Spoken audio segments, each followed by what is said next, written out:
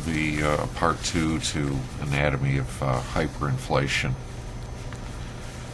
Consumer income is dropping. The U.S. economy is in a deepening structural change that has resulted from the U.S. trade, social, and regulatory policies driving for a goodly portion of the U.S. manufacturing and technology base offshore. As a result, a large number of related high-paying jobs have disappeared for U.S. workers. Domestic inflation is beginning to rise. Inflationary pressures have started to surface from the Fed's efforts at dollar debasement. A weakening U.S. dollar has placed upside pressure on dollar-denominated oil prices, which in turn have begun pushing annual inflation higher. This is not inflation generated by strong economic demand, but rather inflation driven by the Federal Reserve efforts to weaken the dollar. As measured December 2009 over December 2008, official annual CPI inflation should be close to 2%, with the SGS alternate around 9%. A strengthening pickup in official annual CPI inflation should be evident in early 2010. The Fed and the U.S. Treasury are in a box. Debt expansion and savings liquidation both are encouraged by the investment bubbles created by Alan Greenspan. He knew that economic growth could not be had otherwise. Part of what is happening today is payback for those policies. This circumstance places both the federal government and the Federal Reserve in an untenable position where they cannot easily or rapidly address the underlying problems. With the annual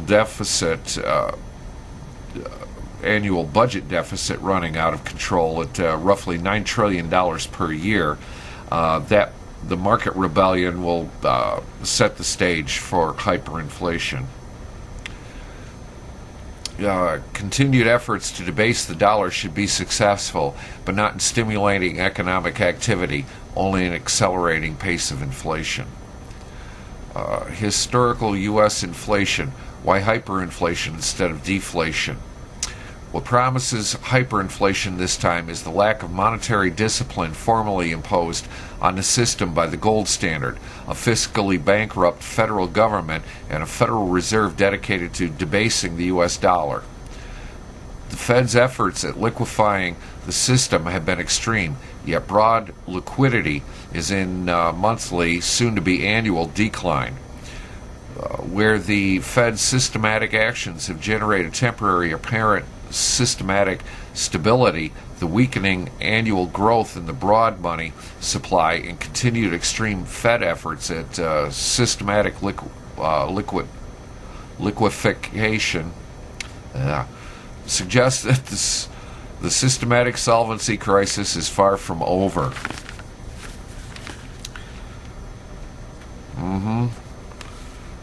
It says here, importantly, a sharp decline in broad monetary supply is a prerequisite to goods and services price deflation.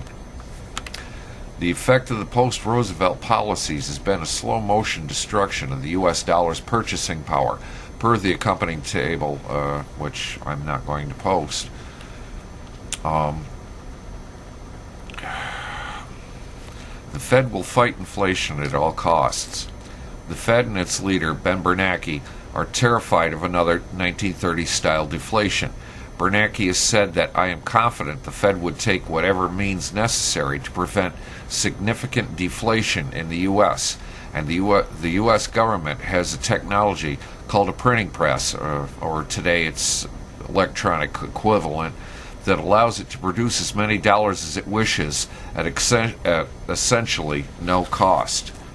What's wrong with this thinking, folks? The problem, foreign dollar holders want out of their $10 trillion in dollar holding. The Fed efforts at currency debasement has been reflected in the weakening of the U.S. dollar's value in foreign exchange markets. We've all seen that. More than half of the 860 billion reflected in recent M1 reporting is physically outside the United States in dollarized countries and elsewhere. Foreign holders of U.S. assets have something in excess of 10 trillion in liquid dollar denomination assets that could be dumped at will into the global and U.S. markets. In perspective, U.S. M3 is somewhat over 14 trillion. As excess dollars get pumped into the global markets, a shift in the tide against the U.S. dollar gets reflected in the weakening exchange rate, which in turn spikes dollar-denominated commodity prices, such as oil. Demand and supply affect the U.S. dollar. Supply sours and demand shrinks with the increasing unwillingness of major dollar holders to continue holding the existing volume of U.S. currency and dollar-denominated assets, let alone to absorb new exposure. Therein lies a significant threat to near-term U.S. inflation. Heavy dumping of the U.S. dollar and dollar-denominated assets would be highly inflationary to U.S. consumer prices. It also would activate heavy Fed intervention in buying unwanted U.S. treasuries. When the Fed moves to buy treasuries as the lender of last resort to monetize U.S. debt well beyond anything seen to date, that also would tend to trigger renewed growth in the otherwise flagging broad money growth. In order to get the broad money supply to grow, the federal government has to spend and borrow more money, while the Fed will have to buy large quantities of the Treasury's securities, monetizing the federal debt. The Fed remains the U.S. Treasury's lender of last resort.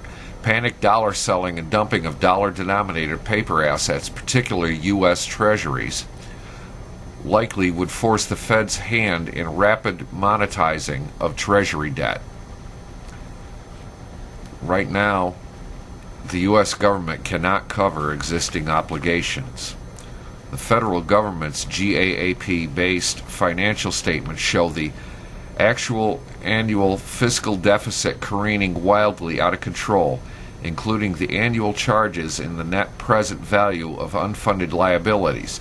The fully GAAP-based annual 2008 deficit was $5.1 trillion versus the official cash-based $455 billion. The 2009 actual shortfall likely was around $8.8 trillion instead of the official cash-based $1,417 billion. The government's finances are not only out of control, but the actual deficit is not containable. The U.S. federal obligations are so huge versus the national GDP that the country's finances look more like those of a banana republic than the world's premier financial power and home to the world's primary reserve currency, the U.S. dollar. Total federal debt and obligation at the end of the 2009 fiscal year on September 30th likely were close to $75 trillion, or more than 5 times total the U.S. GDP. The $75 trillion includes roughly $12 trillion in gross federal debt, with the balance reflecting the net present value of unfunded obligations. Just a little more something to think about, folks. And I'm sorry it's looking like I'm going to have 1 or 2 more videos. Please bear with it. Peace.